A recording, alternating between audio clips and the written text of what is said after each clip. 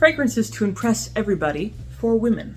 So I've compiled a few female and or unisex fragrances that I think really stand out.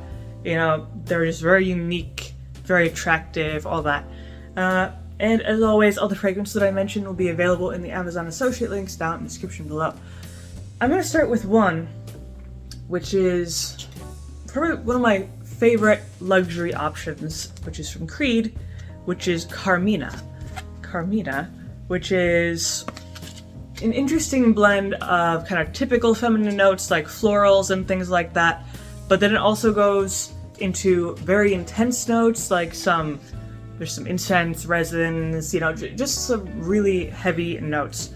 And in general, this is actually a pretty long-lasting fragrance. It's more of a, maybe even a 7-hour fragrance. Not too much more than that, but a good 7 hours. Carina is probably one of the most unique fragrances that you'll ever smell. Because again, it just blends all those very unique notes. The lighter, sweeter notes, and then the heavier, muskier, smokier notes. Puts them together, creates this very unique kind of concoction, I guess. And it's just nice. You know, if you're looking for something like luxury, you want it for a special occasion or whatever, Creed Carina is kind of the way to go. You can't really get more high class, more quality than Creed Carina. But if you don't want Creed, maybe you're not looking for a luxury option, you want something else, then one that I really, really like, it's slowly becoming one of my kind of top 10 favorites, is this unisex Jo Malone Peony and Blush Suede here. This is delicious if you like leather notes. Now the opening is actually very feminine, which can put some people off with the whole unisex thing, but it quickly becomes more unisex as it dries down. So you have red apple, peony, and suede in just the general consensus here. You could definitely get the red apple, that sweetness, that crispness in the beginning, followed by the peony, which of course is a sweet floral, kind of light and breezy, nothing too intense, but then the suede comes in. The suede, once it dries down, after about 20 minutes, it becomes very leathery with that suede note, which I think is a very attractive, kind of just interesting way of doing this type of fragrance, because the peony, the sweetness of the peony does stick around, not too much, but it does stick around to balance out the roughness of the suede, because the suede is pretty intense. It's actually more intense than you would expect. It's that warm, rugged leatheriness. Not everyone is into that, but if you do like that type of, you know, warm leatheriness in your fragrances, you'll really like this one. Especially, again, it's blended with that peony note. The red apple sweetness kind of goes away a little bit, or for the most part actually, and then it's just the peony and the suede kind of dancing around, and it's just a nice, warm, even mysterious, yet, you know, just a good, solid type of fragrance. And it's pretty long lasting as well, about, I would say, 7, maybe even 8 hours, and it just smells really unique. You know, there's nothing that really does what this particular Jo Malone fragrance does. So you'll definitely stand out from the crowd with this one. Then, if you want something lighter, maybe more typically feminine, then I would say from THCK Fleur de Peau. This is a very nice, light and breezy kind of springtime fragrance. It's mostly florals, some green notes. There's a carrot note thrown in there. And in general, it's kind of a cold yet sweet type of fragrance. Definitely very unintrusive, very friendly, very appealing. Probably the most versatile option on this list.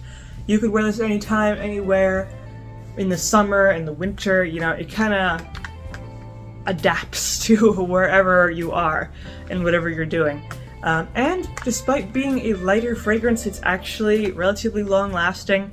It's about maybe 6-hour longevity. Nothing too crazy because it is a lighter fragrance, but being a lighter fragrance, it still has pretty good longevity. and pretty good projection in the same vein. So people will definitely be able to notice what you're wearing here when you wear Fleur de Peau. Now, maybe you're not into Fleur de Peau, maybe you think it's maybe a little too weak, maybe too, whatever. Then, if you want something heavier, one of my favorites actually, this is Ambre Nuit from Dior. This is delicious if you're really into warmer fragrances. This is actually unisex. It's one of those pink pepper, rose, musk type of fragrances. And it has ambergris, which is a pretty popular high luxury musk note. It actually comes from the ocean. But this is heavy.